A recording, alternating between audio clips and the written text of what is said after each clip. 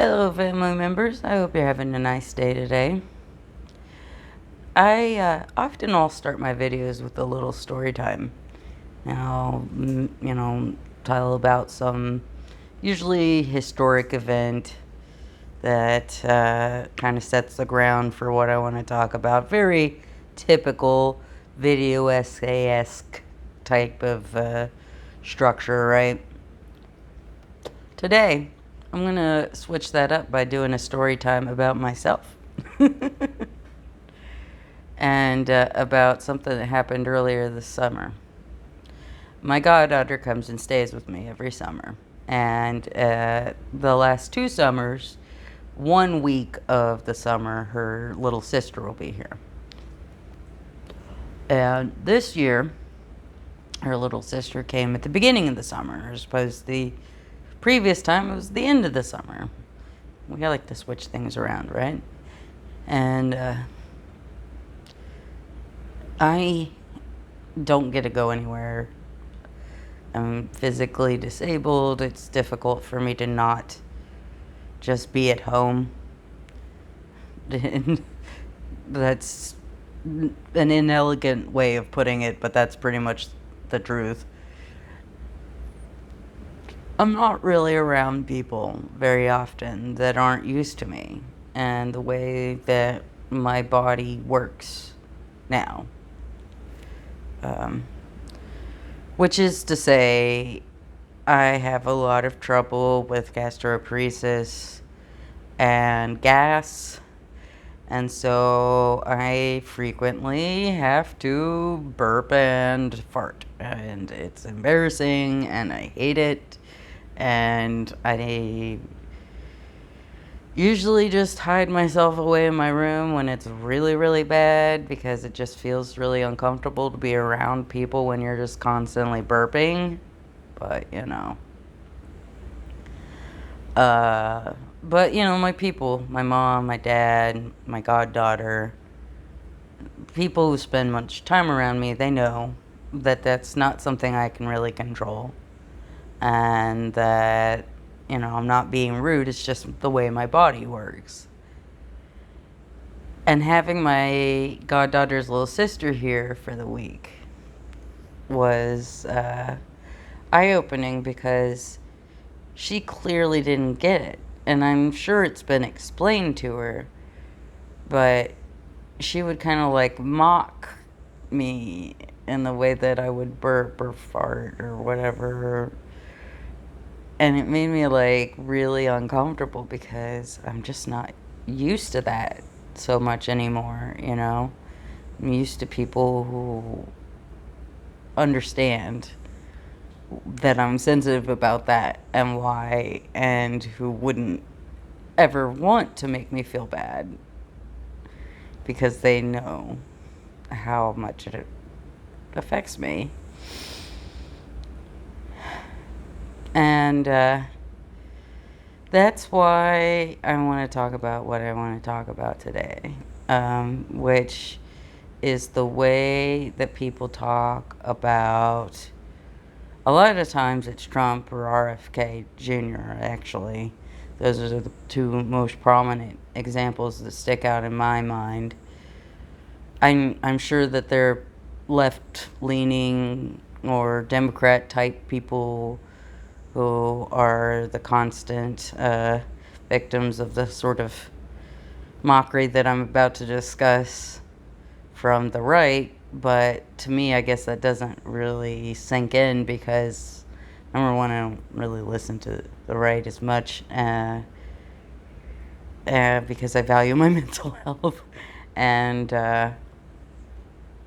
probably also because I just kind of dismiss people who are on the right as being callous, uncaring fiends, and maybe flatten their characterization in my mind a bit due to my own internal biases, and thereby don't expect better of them. But I do expect better of people like, say, Sam Seder. Sam Seder from the Majority Report. I watch clips from his show.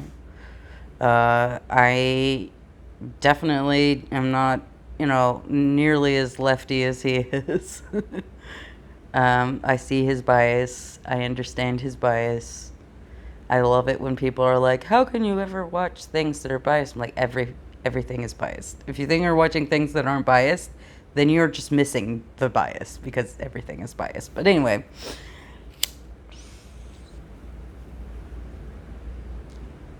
he does the RFK voice a lot. And it's disappointing to me every freaking time. Like, I know he's gonna do it. I can see it coming. He's starting to talk about something that's vaguely RFK related, and I can see him gearing up to it in his mind, and he thinks it's so fucking funny to make fun of the way that RFK Jr. talks and to mock him in approximation of his voice. And I'm like, why do you think that's okay? That is not all that dissimilar to being outraged at Trump making fun of that journalist that he did early in his first campaign who had cerebral palsy, and Trump did the very ridiculously offensive ableist gesture mocking the guy with CP, and everyone to this day rightfully rakes him over the coals for it. But doesn't Sam Seder, doesn't anyone in that room see that it's the exact same thing? Like, RFK talks the way he talks because of a medical condition. A medical condition. He can't control it. And, he might feel very sensitive about it. In fact, I bet at least at some point in his life he did. Being someone who wanted to have a place in public life and having a disability in how you speak. I mean, look at how much Joe Biden got shit for being a stutterer. Like, hello, why do you think it's okay to make that joke? I don't like RFK. I think that he is a eugenicist, an ignorant, arrogant eugenicist. However, I also would never do that voice, especially in a mocking way, but just period. I don't want anyone making fun of me for burping all the time when I really wish that I wasn't. I'm sure RFK Jr. does not want people making fucking fun of the way that he talks due to a medical condition. Okay? Why do people think it's constantly okay to talk about Donald Trump's swollen ankles? Like, to the extent that it's a indication that he has health problems and he's the leader of our country, so to speak. Yeah, I mean, it's relevant, but it's not a punchline. I saw a segment on Lawrence O'Donnell last night that was basically all about making fun of his swollen ankles. And they're like, he had to meet with these people from behind a desk so that people wouldn't make fun of his ankles. Don't you understand that admitting that is a condemnation of your own behavior? Like, the man's fucking ankles are not the reason why Donald Trump is worth talking about and what he's doing is worth talking about. His freaking ankles are not relevant. And I watched a bit of that Lawrence O'Donnell segment just to see what the hell kind of ridiculous crap he was going to say. Let me tell you, he not only made it, mocked a man for a medical condition, an outward sign of a medical condition that he's obviously very sensitive about. And fuck Donald Trump. I don't care about Donald Trump at all. But he is not the only person in the world that has chronic venous insufficiency or has swollen ankles that he's sensitive about. And every time that you go out and you make fun of his swollen ankles, you're making everyone around you that has issues with swollen ankles feel like shit. It's not about Donald Trump. It is not about RFK's feelings. It's about the feelings of anyone else who has some sort of medical condition or some sort of condition that causes them to have, verbal differences that people want to mock them about. It is about everyone else that shares the same condition with this person who you want to mock. Okay? And Lawrence O'Donnell starts out making fun of a man's fucking ankles from a medical condition and then turns it into a reason to criticize that same man's diet. Yes, he turned it into fat phobia too. And, this pro-diet culture bullshit. Like,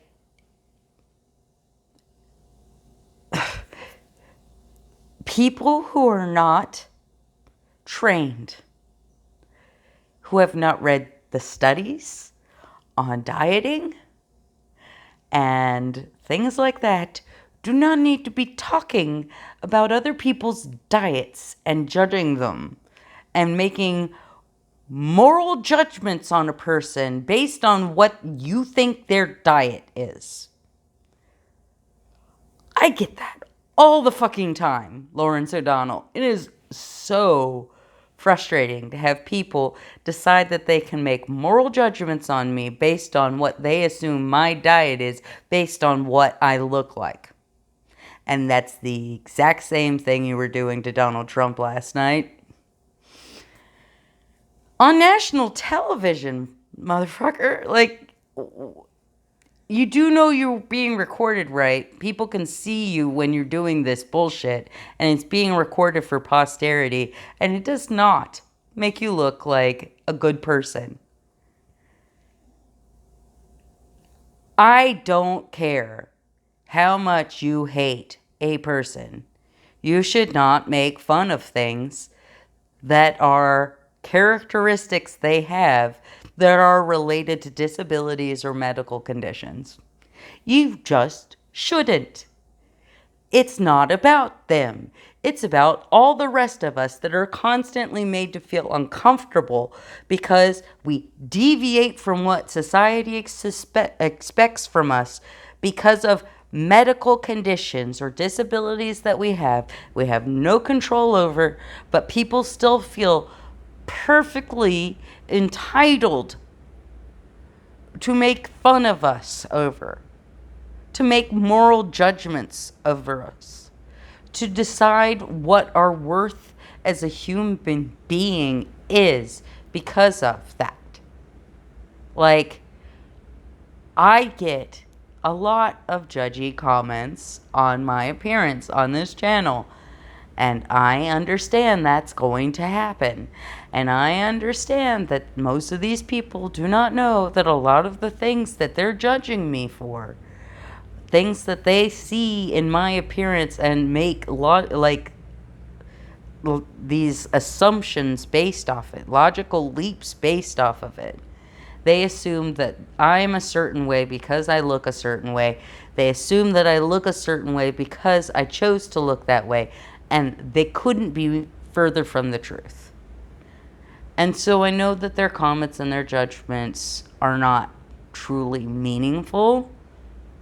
But of course it fucking gets to a person to get that kind of shit. It gets to me to think there are people who will never listen to me no matter how cogent any argument I make is, because of how I look and because of elements of my appearance that are a result of my medical condition. They're like, why don't you sit up? Why don't you use a better camera angle? Why don't you do this? I can't. I literally cannot. This is the best I can do. It's this or nothing. It's me getting a chance to say what is important to me to say, that I think is important to certain people to hear, or not. I could do better production values if I was not who I am, but I am who I am, and I can't do more production values, and so this is it. This is as good as I can give you. I'm sorry. Alright? I do have my one little thing that I try to do, which is give you slightly better audio. But that's all I can do for you. I'm sorry. I can't give you more polished videos. I can give you no videos, or I can give you these videos. More polished videos, not an option. And you know what? It frustrates me that because of that, because these elements of the delivery of my message that I have little to no control over, my thoughts, my ideas are just completely dismissed. There is a clip I saw of that Hassan Piker guy, who is either somebody that you think of as being extremely famous or somebody that you're like, who? Like, either you know who he is and you understand his cultural importance, or you don't know who he is. There's literally no, like, in between, which I find is an interesting phenomenon, but it's not related at all to what I want to talk about, so I've got to move on. Anyway, this young man, this streamer, is someone who is, I would say, very politically influential on the left. Not every left-leaning person is even aware of him, but there are a lot of people who are influenced by what he talks about and who he talks to and things like that. And I, as a consequence, have attempted to watch some clips of his. He's that these days primarily a Twitch streamer, has been a podcaster, YouTuber in the past, but it seems like Twitch is where he makes most of his content these days, and that's not something that I'm interested in. I don't like streaming. That format just doesn't do it for me. And so I did try to watch some clips of the guy just to kind of like see what he's saying in his own words, because I hear a lot of people talk about what he's talking about, and things are always distorted when you're getting them secondhand, right? So anyway, I listened to this guy, and he was talking about someone that he felt was being foolish or bad in some sense, and he got to a point where it was extremely clear that the word he wanted to use was the R word. But it was also extremely clear that he didn't want to use the R word because he knew that's not an appropriate word to use. And so he stumbles around for a bit, and what he settles on is saying, you have to be mentally impaired if... And it shows to me that he does not understand why it is we don't use the R word anymore. or, good people don't use the R word anymore. When you compare people who are not mentally impaired to mentally impaired people as a means of insulting the non-mentally impaired person, you are by implication insulting all mentally impaired people. They are just catching strays by virtue of you wanting to make that lazy insult. And that's the problem right there. Even if Sam Seder stops doing the voice, if he doesn't know why he needs to stop doing the voice, he's just going to end up falling to the same trap again. So maybe he'll pay attention to me. Probably not, but I had to try. All right, family members, I'm out of time. I got to go. Love you. Bye.